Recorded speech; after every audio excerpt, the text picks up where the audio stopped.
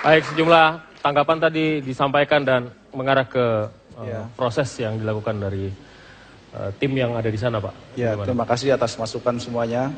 Yang jelas tindakan Polri itu adalah tindakan yang sesuai dengan aturan hukum di negara kita. Jadi di dalam pasal 49 KUHP ada yang mengatur tentang notwear, yaitu keadaan bahaya, di mana petugas dapat mengambil langkah-langkah tegas apabila kondisinya membahayakan petugas dan masyarakat. Jadi tentu yang terjadi di Ciputat sebelumnya sudah dilakukan penyelidikan yang sangat panjang, mulai dari Banyumas yang diketahui bahwa dalam rumah kontrakan itu dijelaskan oleh saudara Anton bahwa terdapat senjata api, bahan peledak yang sudah dirakit dan bahkan sudah siap digunakan, dan tentu ini adalah suatu barang-barang yang berbahaya. Oleh karenanya pada saat akan melakukan upaya penangkapan tidak bisa dilakukan dengan sesegera mungkin, dengan cepat, dan bahkan diawali dengan himbauan, public address. Petugas kepolisian didampingi dengan sekretaris kelurahan di sana untuk menghimbau kepada yang ada di dalam untuk keluar dari ruangan dan menyerahkan diri. Upaya-upaya ini diulang-ulangi, tetapi yang ada adalah balasan tembakan bom pipa yang digunakan seperti granat, dilemparkan ke arah luar, kemudian ditembakkan senjata-senjata yang mereka miliki ke arah petugas. Soal kurang detail penjelasannya, Pak, katanya berapa kali tembakan dan lain sebagainya. Ini jenis dan jenis senjatanya itu apa, Pak Boy? Senjata di sana ada 8. Ada pistol, jenis pistol itu 5 FN ya. Kemudian ada revolver, ada pen gun. Jadi itu semua kaliber pelurunya 9 mm dan kaliber 38. Ini adalah peluru-peluru yang dapat mematikan, yang mereka gunakan.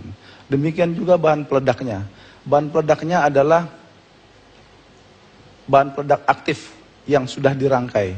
Jadi ini mirip dengan yang ketinggalan di warteg Panongan di Tangerang Kota, yang pada waktu itu ketika mereka akan merampok dari BRI, ketinggalan di warteg. Jadi mirip sekali bentuk sebangun, artinya bom-bom yang mereka buat itu. Ini tentu tidak bisa dipandang remeh. Kondisi seperti ini memerlukan upaya-upaya yang tegas untuk memberikan perlindungan kepada masyarakat yang lebih luas. Silakan. Ya.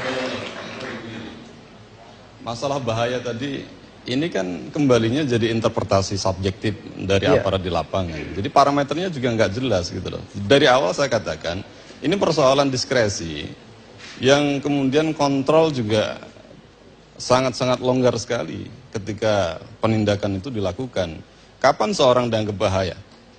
Dan ini bisa setiap individu bisa berbeda dia memberikan interpretasi gitu loh. Lah cuman kenapa kemudian aparat polisian Densus atau Satgasnya BNPT atau siapalah Resmob dan sebagainya, kenapa kemudian tidak menerjemahkan, menghentikan kejahatan itu dengan melumpuhkan? Lah Densus dilatih FBI dan sebagainya dengan kemampuan yang luar biasa, dengan alat yang lengkap, yang dimusuhi kemarin itu atau yang kemudian disergap kemarin itu dari barang bukti yang digelar itu ada 8 pistol dan kemudian peluru sekitar 74. Magazin itu ada 4, kemudian penyerangan atau penyerbuan itu sekitar 12 jam dan selongsong pelurunya ada 6. Asumsinya atau logikanya itu dalam rentang waktu 12 jam itu cuman sekitar 6 kali tembakan dan setiap 2 jam dia menembak. Tapi kita kemudian juga nggak tahu, jadi apakah betul selongsong peluru itu kemudian matching dengan barang bukti. Saja jadi tidak 12 jam ya, saya ada di lokasi. Saya ada di lokasi dan Pak Kapolri ada juga untuk itu tidak continuously terus menerus tembak-menembak. Jadi ada jeda untuk menghimbau kepada mereka untuk menyerahkan diri. Keadaan bahaya ya. Kalau seseorang yang dalam kategori adalah pelaku kejahatan, kemudian membawa bom, kemudian membawa senjata api, apakah kita tidak bisa berpikir bahwa ini sesuatu yang bahaya? Saya pikir ini sangat bisa dipahami oleh semua masyarakat ya. Kalau langkah-langkah ini tidak dilakukan dengan langkah tegas, maka bisa saja yang menjadi korban itu ada pihak-pihak masyarakat dan petugas juga. Baik, terima kasih Pak Boy. Kita akan kembali sesaat lagi, tetaplah bersama kami.